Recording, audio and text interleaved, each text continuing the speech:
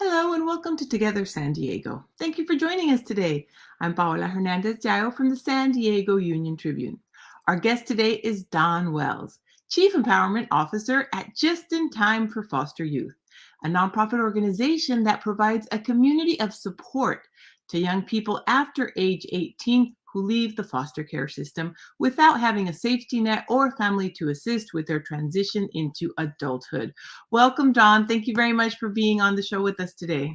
Thanks for having me today. Good afternoon. Good afternoon. You are leading Just in Time for Foster Youth. Tell us about the organization, tell us your mission, and what you do to help youth.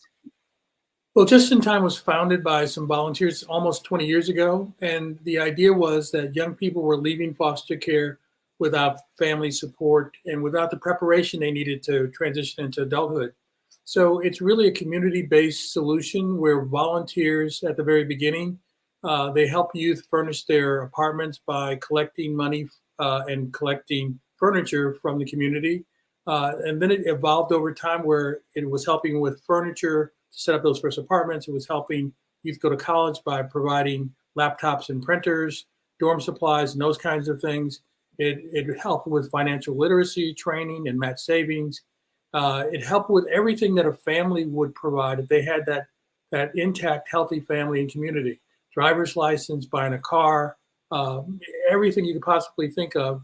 And so it went from us helping youth with resources and relationships to also looking at how we can help with their well-being. So now we have something called Rise to Resilience, which really helps them to have a sense of personal well-being in their lives because they have been, most of them have had traumas in their life, ACEs, which stands for Adverse Childhood Experiences. So we have a whole service and resource that's built around healing strategies for them to also address that part of their lives as well.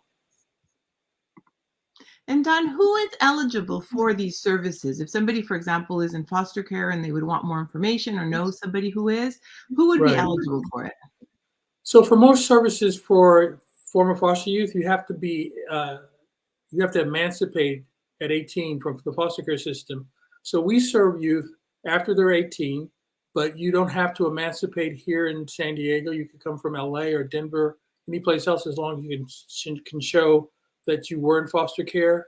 And if you were in foster care for 6 months back when you were 12, you're eligible for services from us because our philosophy is that if you were in that situation, there's probably some assistance you might need for us.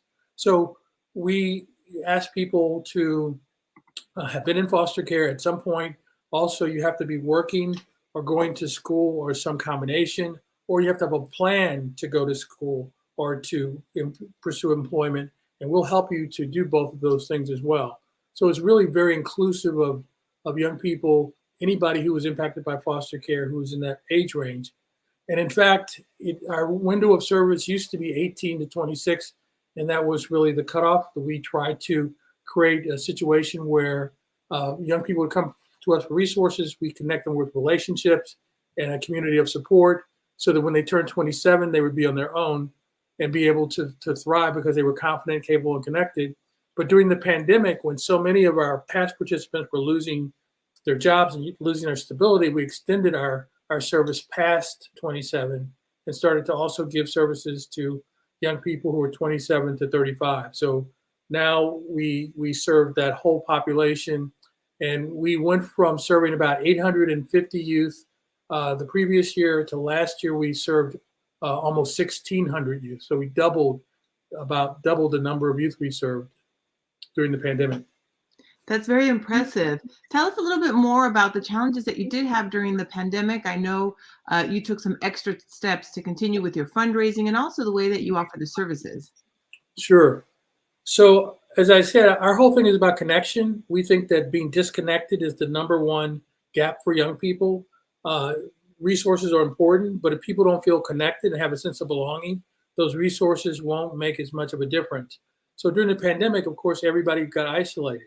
So that made it more difficult for us to continue to do what we were doing with volunteers and youth getting together to form those connections. So we made a big effort to reach out to all of the youth we served. We called them, We ended up asking them if they needed any sort of help. We asked them what were the biggest things that they were facing, and that disruption and that sense of disconnection was really the number one thing that they talked about. We had an idea of just sending people a check for $50 to say, we're thinking about you, even if they weren't thinking that they should be asking for more help. So we kept things connected. We started to do some online gatherings for people so we could continue to provide some resources and services. And we had actually a lot of support from our funding community who rallied around us because they knew what we were trying to do. They could see that we were still serving youth, even while other people were pulling back a bit. We redoubled our efforts. And so our belief is that if we provide measurable benefit to the community and we form really great relationships with the people who are supporting us, then we will be sustainable in the long run. And that really was borne out during the pandemic, where we did as best as we had ever done during that year in terms of both impact delivery and funding. Talking about doing the best and helping as many people as possible, you are the recipient of the 2022 Kaleidoscope Award for Good Governance. Congratulations. Tell us about this award. Well, the award really, to me, it just emphasizes that our governance is about the board of Just in Time and the leadership on the staff side of Just in Time really work together in partnership. When I was talking about it at the event where we got the award, I said it's like a good marriage. You know, we have our disagreements sometimes. We can have spirited conversations about things, but we all know that we're trying to achieve the same thing, and we look out for each other and we support each other. So that really allowed us, when the pandemic hit, to not be in a place where we were just trying to survive. We actually were redoubling our efforts, and we had the strength and support from the board and from our staff to do that. So we didn't miss a step. So that award really was a way of recognizing how strong we'd become as an organization. Congratulations on that award that you received. I was showing some more of the pictures on screen. One of the pictures that we have is of a contest that you did that was called Shark Tank. Tell us about that competition. It looks like a lot of fun, and I actually read about it yesterday in a magazine. Yeah, it was great. We have an event called Pathways to Financial Power every year. And part of that is our Shark Tank competition, where we encourage our young people to submit ideas for their own businesses so we can encourage entrepreneurship. And we had 3 people who went through the whole process, started with about 16, got narrowed down to fewer and fewer to the top 3. And they did a presentation in front of some of our volunteers and staff and other youth and judges, who then picked the top idea. And the winner got $3,000 just in support of his idea. And the second and third place winners got $2,000.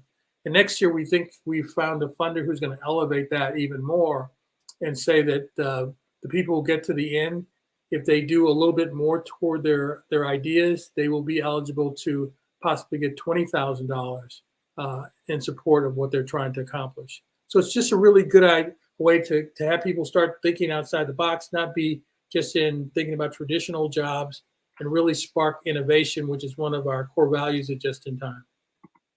Congratulations also on that contest. I want to let our viewers know that Don and I go way back. I worked with him when I worked in television here in San Diego. He's the person that actually brought me into the television industry. So thank you, Don. You know, I'm very fond of you. I really admire what you've been able to do, not only in television, but also here with this organization and helping youth with Just in Time for Foster Youth. What can the community do? If the community wants to become involved, if they want to support, volunteer, make donations, I know you are doing a lot of things out of the box to help the youth.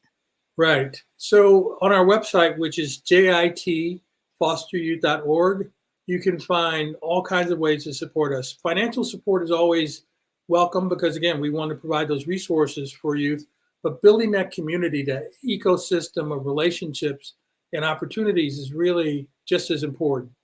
So there are all kinds of ways to volunteers. We like to say that anything that you can offer, we will be able to use you in some way. Some people volunteer once a year because they do, for example, a workshop on how to do your taxes. other people on the other end of the spectrum really bond with youth, and they become lifelong parts of their community. We had one person who was a financial fitness advisor for one of our young people when she was 19. He was there at her wedding years later, and when she was ready to buy a house, he helped her to go through that process as well. So she is part of his family and his community, and he's part of her ecosystem of support. So if you want to be involved in that kind of community support, just go to our website. You can find ways to start to get engaged as a volunteer. There's a volunteer orientation that you can come to where we'll lay out all the different possibilities that you can look at. And again, there's something for everybody there, including if you just want to make financial contributions. Thank you very much, Don. Wonderful information. I think a lot of us, and I include myself, when we think of foster care, we think of children, we think of newborns, we think of young siblings. But in this case, there's also youth that are reaching the age of 18 that are going to be leaving the foster care system. And your organization, Just in Time for Youth, is there to help that youth. Again, congratulations on the work you're doing and on being the recipient of the 2022 Kaleidoscope Award for Good Governance. Thank you all our viewers for watching today. For more information, to make a donation or to volunteer, you can visit jitfosteryouth.org. And thank you very much, Don, for being on the show today. I appreciate it. Thanks, and I'm glad you're doing so well. Thank you. Thank you. We'll stay in touch. All of you, thank you very much for watching today. To watch more of the episodes of Together San Diego, you can go to SanDiegoUnionTribune.com/TogetherSDLive. And if you would like to watch more of our live streams, you can go to SanDiegoUnionTribune.com/UT today. Thank you all very much for watching, and have a wonderful rest of your day. Thank you, Don. Bye. Thank you so much. News is more important today than ever before. I'm currently outside Otay Mesa Detention Center. I'm about to get a report at Sharp. Out at Sunset Cliffs. COVID testing site. We live for these times when we're able to bring the news into the homes of people who need it the most. I thank all of you for supporting our work. When you subscribe to the paper, you're telling us that you believe in what we do.